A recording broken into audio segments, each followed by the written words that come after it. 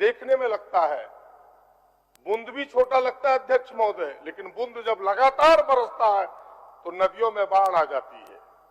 ये प्रयास छोटे जरूर है, लेकिन ये प्रयास उसी तरह से बाढ़ और उफान ला दिया गरीबों में। इसलिए इन्हें थोड़ी जलन होती है अध्यक्ष महोदय।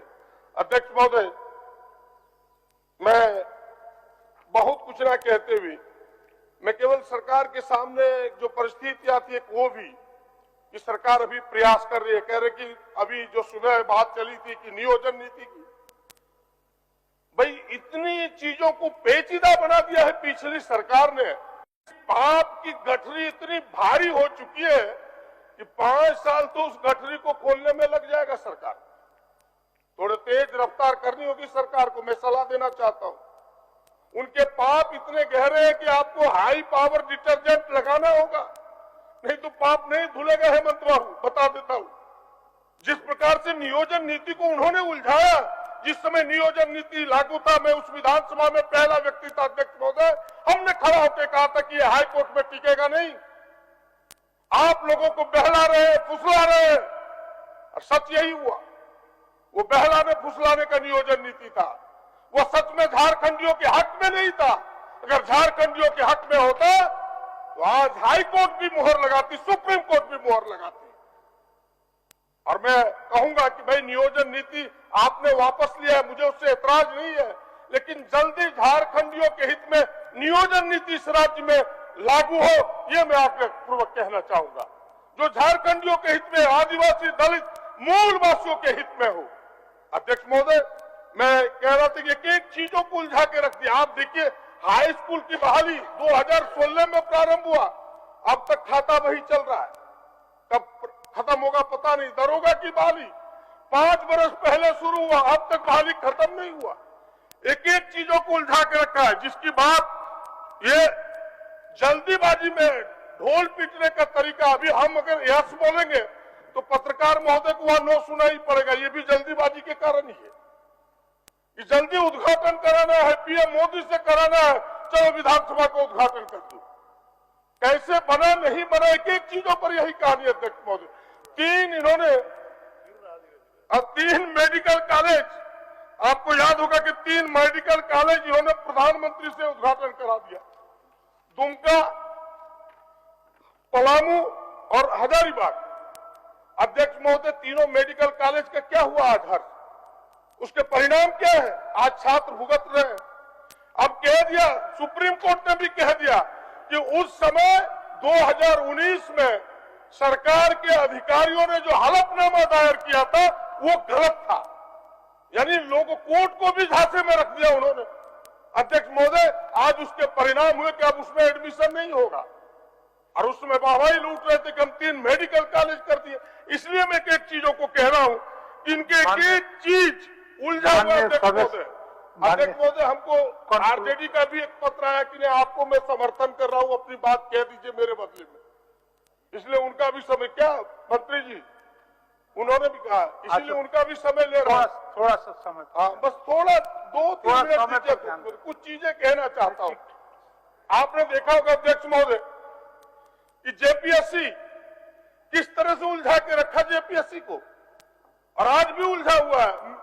आज इस सरकार ने एक नियमावली बनाई, लेकिन मेरा आग्रह होगा कि अभी वो अपने आप में पूर्ण नहीं है, थोड़ा और आपको देखना होगा उसमें, और थोड़ी उसमें त्रुटि है, उसको भी सुधार करना होगा, क्योंकि आज भी वो उसमें संपूर्णता नहीं पाई है।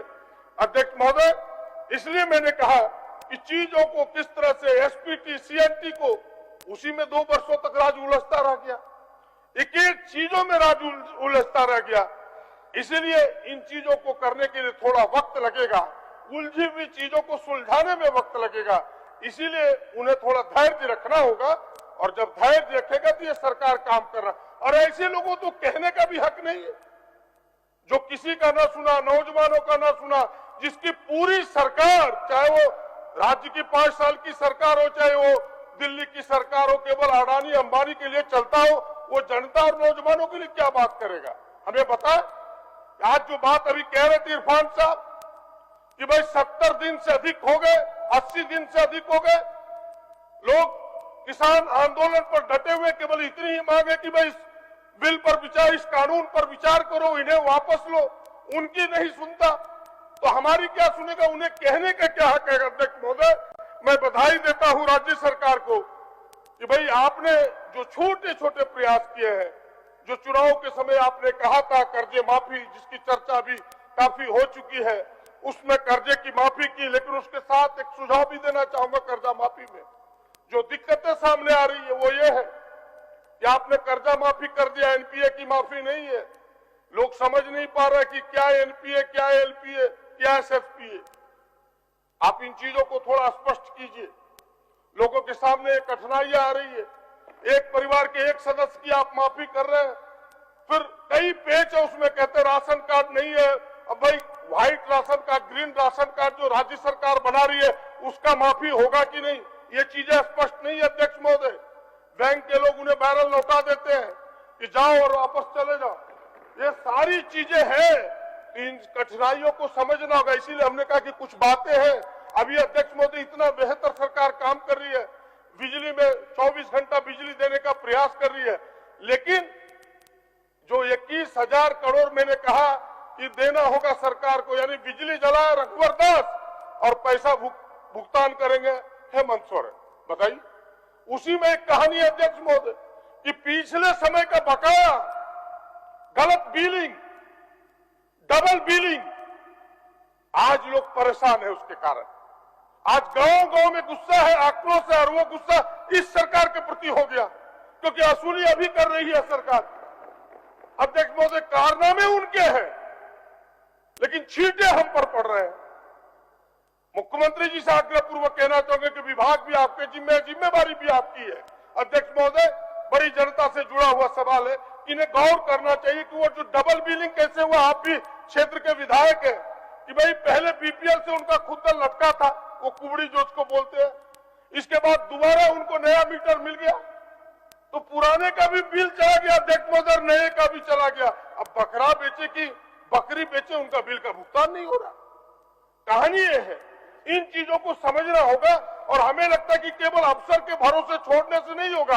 अफसरों को कदापि कुछ ही अफसरों को गरीबों का दर्द हो सकता है, वरना मैं दावे के साथ कह सकता कि वो दर्द का एहसास वो अफसर नहीं कर पाएगा जो जनप्रतिनिधि करेगा। इसीलिए आप एक जनप्रतिनिधि ऐसे राज्य के मुखिया, आप इसे एहसास कीजिए और उस दर्द से उन्हें निपटारा कीजिए। अध्यक्ष महोदय, मैं बहुत लंबी बात न करते हुए केवल एक दो बातें कहते हुए कि भाई आपने 5 चापाकल तो दिया है जिसकी चर्चा होती है, पीठ थपथपाई जा रही है, मैं भी आपको बधाई देता हूं, लेकिन जो 1 साल से हमारे चापाकल मरम्मती के बिना अभी आने वाला है, अभी तक आपका टेंडर नहीं हुआ, साल पूरा होने को है। बात कटु जरूर है लेकिन सत्य है, इसलिए मैं रख रहा हूं आपके सामने कि एक चापाकल का मरम्मत आप 1 साल में नहीं करा पाए। सच यही है। पैसा आपको भी आवंटित हुआ, आपके अफसर अब तक गिन ही रहे कितना मिला, नहीं मिला, कब करेंगे, कौन करेंगे, नहीं करेंगे। भाई इसको तो विदिन 7 डेज, 7 दिनों के अंदर टेंडर कराइए और 15 दिनों के अंदर सारे चापाकलों की मरम्मती करा के फिनिश कीजिए। काम तो ये होनी चाहिए। इस प्रकार से आप काम मान्य सदस्य कंक्लूड कर रहा हूँ। थोड़ी बात कहते हुए, जो बातें आपने कही थी, आप भी खुद उसमें भागीदार थे, सरकार भी भागीदार है। सरकार प्रयास कर रही है अनुबंध कर्मियों का, चाहे पारा टीचर हो, चाहे नौजवानों के, चाहे वो सेवा किसी क्षेत्र में हो, चाहे आप देख लीजिए मेडिकल के क्षेत्र में नर्सेस हो, चाहे किसी के हो, जिन अनुबंध कर्मियों को नियमित या उन्हें विशेष सुविधा देने की आपने बात कही थी, उनमें उकताहट है। धीरे धीरे उनमें भी आक्रोश पनप रहा है। वो आक्रोश ना पनपे, आप पर विश्वास है, इसलिए अब तक सड़क पर लोग नहीं उतरे हैं। यह विश्वास ना टूटे सरकार के प्रति, जो विश्वास नौजवानों ने चुनाव के समय झूम झूम करके वोट दिया आपको, यह विश्वास आगे भी कायम रहे। इसका जल्दी समाधान कीजिए, जो करना है। ये मेरा आपसे विनती होगा, ये मेरा आग्रह होगा। और बीत रहित शिक्षा नीति, यह जो कोड बना हुआ है वर्षों से, यह भी समाप्त होना चाहिए। अभी अल्पसंख्यक विद्यालय में के बारे में थोड़ी चर्चा हुई है कि आपने करने का प्रयास किया है। मुझे विश्वास है कि आप अच्छे ढंग से काम कर रहे हैं, हम सबका पूरा सहयोग है। आप उनकी परवाह मत कीजिए। भाई ये चीजें वो उठाते रहेंगे, उनका काम है। आपको अड़चन डालना, मुश्किलें आती रहेगी, लेकिन आप संकल्पित व्यक्ति की तरह आगे बढ़िए और संकल्प के सामने कोई मुश्किल टिकता नहीं। मैं यही कहूंगा अंत में, यही जज्बा रहा तो मुश्किलों का हल निकलेगा। यही जज्बा रहा तो मुश्किलों का हल निकलेगा। जमीन बंजर हुई तो क्या यही जल निकलेगा। यही जज्बा रहा तो मुश्किलों का हल निकलेगा। बंजर रही भूमि तो क्या यही जल निकलेगा। ना मायूस ना घबरा अंधेरों से साथी, ना मायूस ना घबरा अंधेरों से साथी, इन्हीं रातों के दामन